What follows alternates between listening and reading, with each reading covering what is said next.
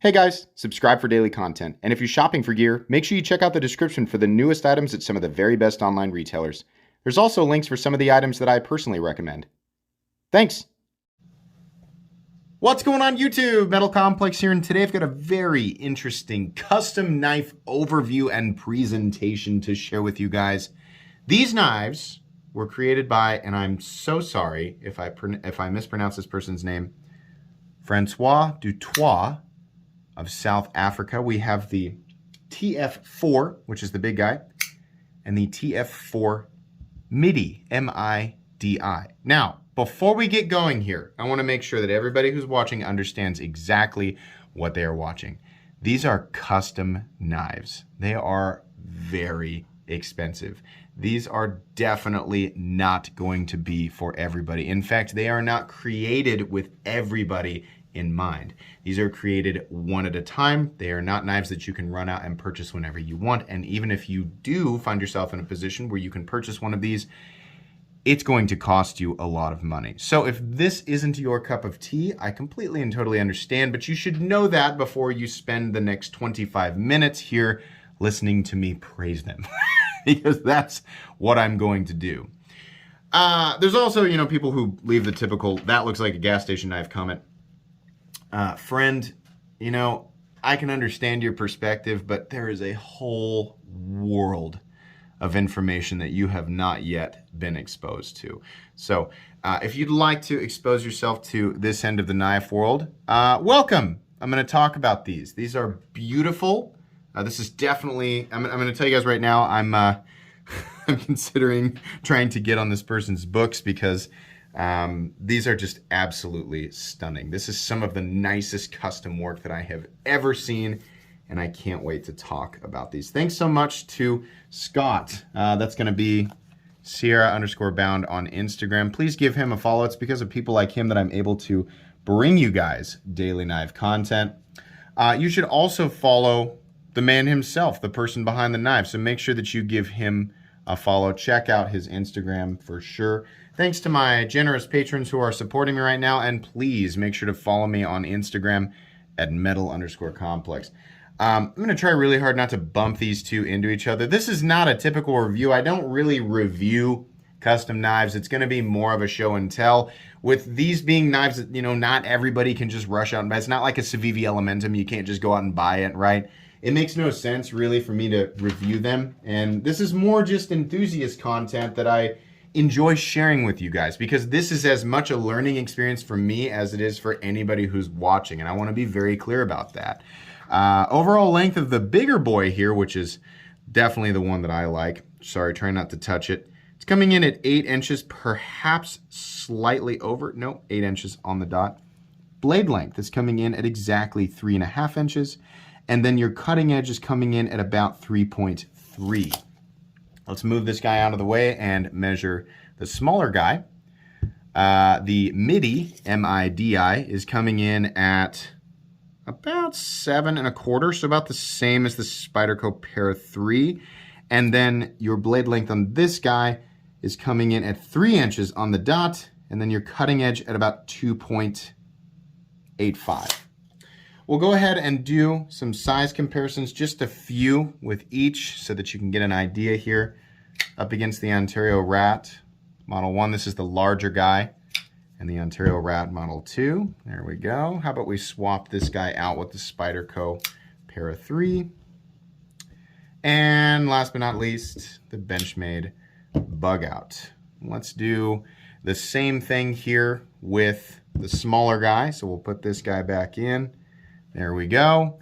Swap the Bug Out back with the Para 3. It's very close in size, and I understand that the angle here is making the Para 3 look longer, but they are almost exactly the same length. Your cutting edge on the MIDI is actually a bit longer. And then the little guy, the Rat number 2. So there we go. Let's go ahead and discuss the action of these knives. These are titanium liner locks. Oh boy, yeah. Ooh, boy. Wow, okay. So the action on both of them is they're front flippers, right? And it's going to bum some people out that these are front flipper only. Now, this is a custom knife maker, so perhaps it's possible that he does already or is capable of doing these models with thumb studs. I have no idea. The ones you're looking at right here are front flippers, right? And they both have completely and totally, like, the smoothest fall shut action.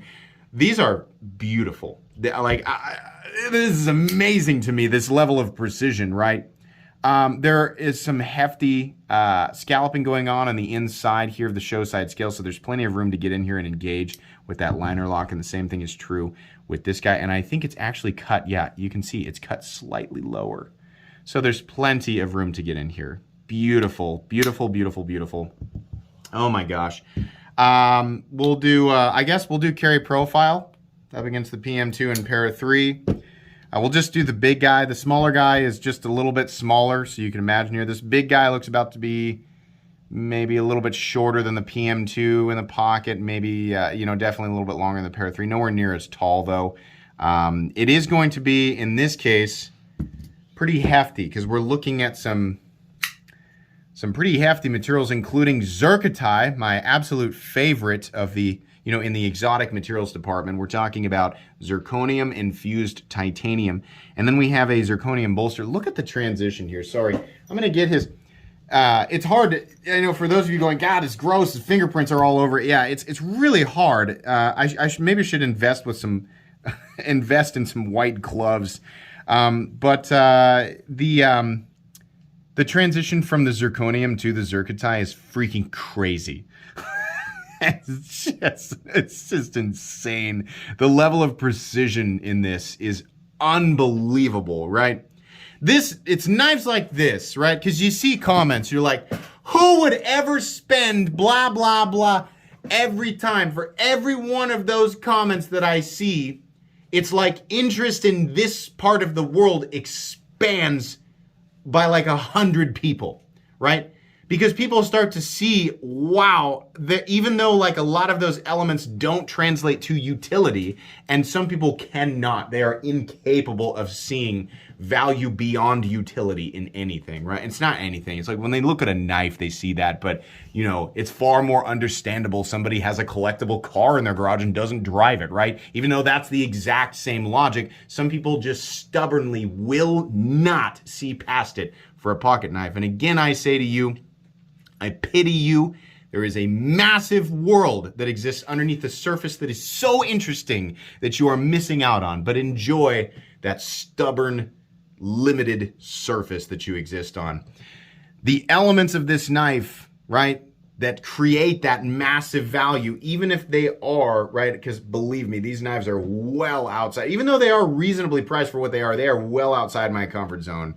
The elements here, you can absolutely respect, like, ah, man, that's the type of, if I was the type of person who was going to spend that on a knife, that's the kind of thing that I'd want to see. That's the level of, you know, perfection that I would want to see. Not just the polish, but the lines and the cutting bevels of the transition from, you know, the pivot to the pivot collar to the bolsters, right? The chamfering, or the transition from the bolsters to the zircotite. Everything is laser perfect. And I think even looking through this rectangle that is your phone, tablet, or TV screen, I think it's pretty easy to see the difference between something like this and, you know, a regular high-end production knife. It's there. This feels wildly different. And overall, like the moment you touch it, you can feel the soul of it transitioning through your fingertips. And you go, oh, wow, yeah, no, definitely. I might not be able to afford it, but holy moly, that is different than, you know, your typical, your $50, $100, $200, $500, even $800 knives that are out there. This thing is just on a different level. Very good. As far as front flippers go, this is incredibly simple and easy to actuate thanks to the pronounced front flipper area and the appropriate detent. Very, very good. I think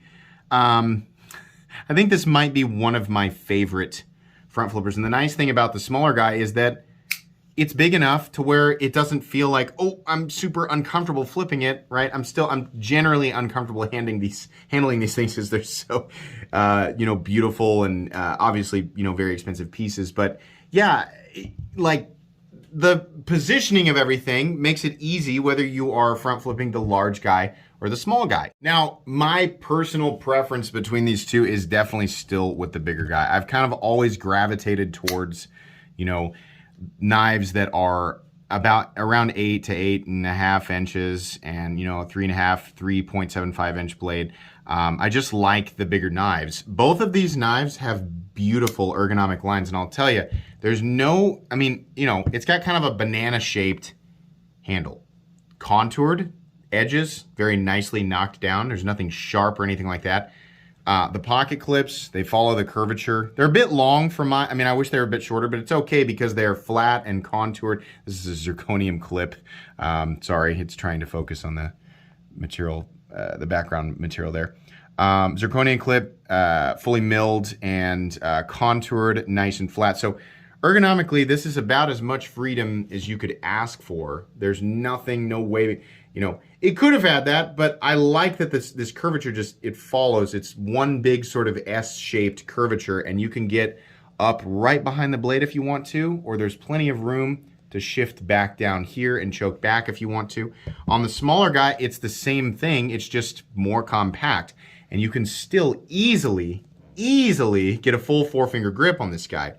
This is beautiful, and I especially appreciate the fact that we did not do a titanium frame lock, or it would have been an exposed Damascus frame lock or bolster lock, whatever you want to call it. No, it's a titanium liner lock. So the lock is completely and totally tucked away underneath, and it's still, I mean, still plenty of material there, tucked away underneath the scale. This is beautifully done, beautifully done. Personally, I would, you know, I'm going to tell you guys right now, we're not that far into the video. I like pretty much everything about these knives, and it's not often that I handle a custom knife where I'm like, I want this. If Mr. Du Toit is watching this, I am serious. I want one of these. It's not often that I find, because these are freaking expensive. I know what it's going to run me. I know. But it's not often I go, wow, I actually do want this. If I'm going to spend that much money, this is something, this is a knife, the design, the execution, the overall quality, this is something that I can see putting my money into and enjoying for myself. This is very good.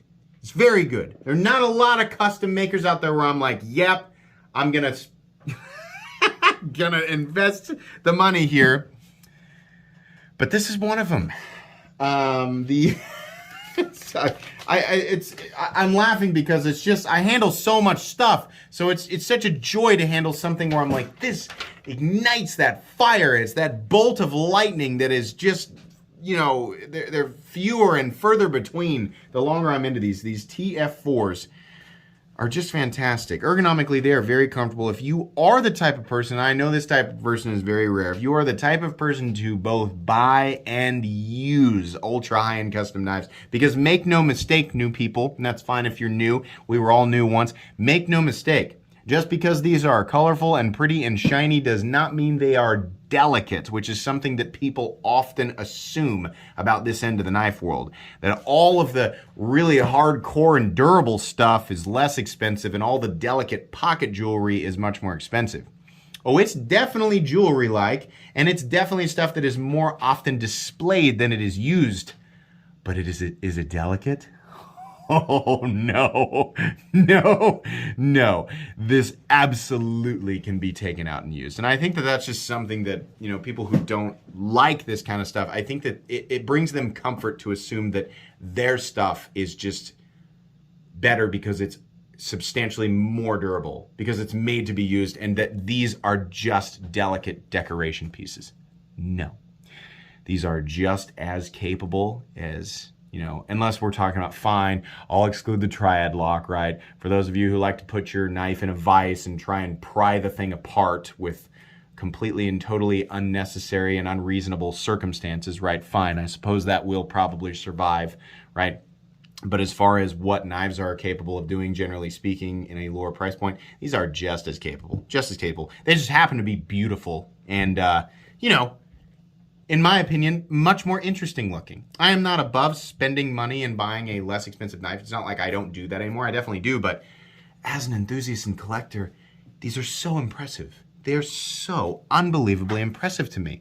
And, you know, Mr. Du Toit certainly works with many different materials, right? There's also kind of this, when, you know, people see stuff like this, they often, you see often Damasteel or Damacore that's usually polished and has a lot of different, you know, the contrast between the polished and the unpolished parts, right? The etch. And you'll see stuff like zirconium. And you'll see stuff like zircotite, right? This very bright and colorful. So people think like, oh, well, I'm never going to get a custom knives because I don't like that real colorful, flashy stuff. It doesn't have to be colorful and flashy. It's often the stuff that we remember first because it is so colorful. But remember, custom knife makers work with a wide variety of materials. You can certainly purchase, I am almost certain you can purchase something like this from Mr. Du Toit if you are able to get on his books. You can purchase something like this and have it, you know, completely and totally, you know, like a subdued or a less intense look, right? Personally, I'm kind of tempted to get one with a solid zirconium scale and maybe just a mirror polished blade. I think that would look really cool. I don't necessarily think that, you know, I would have to get, you know, something colorful like this. I've got a few things in my collection that are similar, but it's beautiful, right? It's his ability here that's so impressive. And furthermore, if I am, you know, understanding this note correctly, Scott's always nice and gives me some background information. Mr. Du Toit was in the construction industry until April of 2019. At that point, he met a well-known knife maker from the area, and that's Dion Nell, if I'm pronouncing his name correctly. Dion Nell guided Francois through the basics. Sorry, I'm still trying to get around the pronunciation there. From grinding blades to providing an excellent fit and finish on knives. And that's certainly, I'm very obviously translated correctly because holy crap, that's very, very true here. Like Dion, Francois has a tremendous attention to detail with an exceptional fit and finish. He later met Anton van der Westhuizen. I'm so sorry. I will actually let you guys read this for yourselves so that you can see what I'm having trouble with. That's this person right here, who introduced him to the art of making custom folding knives. He joined the Cape Knife Makers Guild in September of 2019 with the intention of providing the highest quality custom knives he could produce. He prefers creating knives with his hands and currently uses no CNC machines in his process. What? What? I remember reading that when I unboxed these and I was like, how? That is unbelievable. That is so impressive. I just can't, my brain is having trouble understanding how that is possible. I would have assumed, well, yeah, there's obviously, like my brain would have gone, obviously we've got some CNC here. It's just way too perfect. But apparently not. There are a few wizards out there, guys. A few wizards for sure. Yeah, let's go ahead and talk about this blade shape. So this is the nice thing about this design is it manages to look extremely beautiful and still be incredibly performance oriented as a knife. Sorry, I'm getting all my fingerprints off of this because my fingerprints are just ruining the beautiful aesthetic of this. So this is all Damasteel, but you can see like the etch is not bright. I wonder if I zoom in close enough, you'll be able to see. You can still see the Damasteel lines. Can we see the wavy pad? You can almost just see it right there. Just a hint on these very polished parts of the Damasteel, and then the etch is brought out here, right? So it's not like this is just a surface finish. And, you know, the fact that this part is mirror polished and you can't see the etch anymore is proof of that. No, if you look closely, you can actually still see the pattern underneath. And I wonder if maybe it's a little bit easier to see on this guy. I think maybe so. There it is. See that? Right there. It's still there, but the etch is much more prominent here, right? Beautiful, beautiful pattern. Very high polish. Obviously, he's capable of doing, you know, the mirror polish. Beautiful, just absolutely stunning. Here's the pattern on the spine. Get you guys take a look here. Really nice, really beautiful stuff. The you know, this simple drop point blade with a flat that carries out maybe 75, 80%. We have a nice swedge here. The final cutting edge is very, very thin. I know you probably hate me. You're like, don't you dare touch that beautiful blade, you big, stupid oaf. I'm sorry. The edge is beautifully sharp, razor thin on both of these. I think they're the same blade stock thickness. Yeah, it looks like they're the same in terms of scale and liner thickness. I don't see any differences there. It's just a, you know, it's a size difference thing. So anyways, I know you guys like those close-ups. Oh, speaking of things that we should zoom in on, how about this pivot collar and pivot? Let's do that. Oh yeah, that's gorgeous. Nice zircotie pivot collar on a polished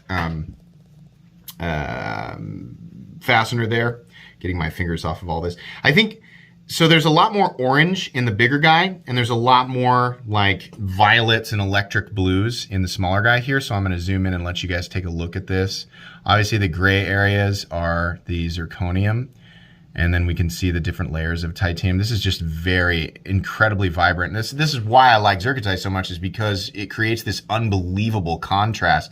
Kind of looks like topographical, like you're looking at a nuclear swamp. It's like Thor touched down in a swamp and this is just what's left over, right? I like it. I think it looks beautiful. But yeah, we have a couple of, I know you guys want to know like the fastener size. Believe it or not, I think everything is T6, which I really don't care about. I wish that the hardware is bigger, but I can't say that I'd ever feel compelled to take my, if I had one of these, I wouldn't feel compelled to take it apart, right? This is just, there's me right there. This is what I look like when I review knives. So there you go. Just really, really beautiful. And you can see there's your lockup percentage and geometry. Like the meet up there is very, very good. That's a very solid connection. But at the same time, we still don't have any lock stick, right? You can see it's going back to the same position, whether I just, you know, gently release it or if I'm flicking it, which is a really good sign that everything, like the amount of care that was taken. I mean, it's the same thing on this guy. Just beautiful. And then your stop pin is actually located, I believe, sorry, I know I'm not showing anything on camera right now. It is internal, but this area right here is so close. It's so squished together. This is so impressive that it's as smooth as it is. It's really hard for me to show you. So the stop pin's internal and running on a channel that is inside, you know, it's part of the blade, the channel, and the pin rides through it. Is the case there. It's also possible that the channels are on the scales and that the pins are attached to the blade, which is sometimes the case. The stop pin is functional and in a good place. It's completely and totally hidden. Whether, you know, whichever one it is, you know, it'll be fine. The centering, can we see the centering on this? Oh yes, it is spot on. And how about the smaller guy? Is the smaller guy centered up correctly? Let's take a look there. Yeah, it is. It actually splits that little mark in the Damasteel backspacer just perfectly. So that's what you expect. That's what you want to see, right? You know, whenever knives are off-centered, though, you know, usually with stuff like this, that, you know, the tolerances are just perfection. Little adjustments can fix those things, but not needed in this case. The liners are anodized here, which I think is beautiful, and I imagine you can do that, you know, however you want. Edges, everything like that. Even the inside of the knife looks very beautiful. Not that it needs to, but that's just a nice little touch. The backspacer work here transitioned from the zirconium to, again, sorry for my fingerprints, the anodized titanium liners, and then ultimately to the backspacer. I'll zoom up here. You can see this is just absolute perfection. It's very beautiful. There's no area, there's no part of this that looks out of sync. It's just absolutely fantastic. Pocket clip is great. It's a little bit long for me, but you know, I don't think that Mr. Du Toit is all that concerned, because this is his design and it works really well. It could be a little bit shorter, but it's functionally, you know, just fine. It doesn't hurt anything, and the carry depth is about medium. I mean, that's what you're going to be, you know, that's what's going to be sticking up out of your pocket if you're going to carry this. So there you go. I just love that these are liner locks and not exposed frame locks. That's just really cool to me. That's part of the reason that I want this so badly, is not only the look, but the fact that it is actually a liner lock. There's just so much that is impressive here. We are, I know you guys want me to be specific about price, but it really depends on what it is you're picking up. These, you're looking at, definitely probably somewhere around a couple thousand, which is substantially less than, what you get with other makers sometimes. So the price tags are pretty impressive. But you can, certainly depending on what materials you are asking for, the price could go down. It could also go up, right? It really just depends. The main message in this video is to point out we have an incredibly, in this case, this design is very utilitarian and just unbelievably impressive in its execution. And most importantly, certainly the most impressive part here is that there's no CNC. That is just absolutely ridiculous to me. I just can't believe that that is the case. These are stunning. I think they're awesome. My one true criticism, this is so beautiful. Everything, the blade, the handle scales, the transition, it doesn't matter what this is made out of. You could make this out of wood and it would still be beautiful, right? Why the FDT logo right there? It just kind of takes away, for me, it kind of takes away. I think it's something that would be better. I think it's something that would, maybe it should be on the inside or on the spine of the blade or something like that. But on the face, it really just takes away from the incredible presentation of these knives. And then it says IKBS on this side, right? This is obviously running on bearings. But yeah, I don't think we need that. I don't think the people, and I saw a couple of comments, on the unboxing, and, I kind of agree with that. I kind of feel like, on these customs, they would just be that much more beautiful, right? These are the types of knives that we really want to appreciate the aesthetic designs, and putting IKBS on one side and then putting, the logo and everything, which is, it's still important to let people know who you are, right? And what the model is. But that is really taking away from the aesthetic here for me. So, but it depends on who you are. Some people are not going to be bothered by that. If this were a review, that would be my one critique. But again, I'm not really reviewing this. Outside of that, though, yeah, no, it's that being there is not enough to keep me from wanting this. I do want one, and I think, yeah, I'm definitely interested in adding one of these to my collection at some point. So, gonna have to do some saving, but very beautiful. So these are loaners. Obviously, they'll go back to Scott when I'm done. Really cool. Thanks, Scott, for exposing me and everybody else to this wonderful maker. And you guys, like I said, make sure and check him out on Instagram. Check out what he's got going on.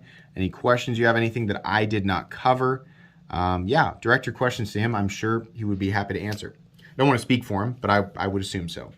So anyways, that's going to be pretty much it today, guys. This will go in my custom knives playlist, so you can check out other knives of this caliber that I have reviewed in the past.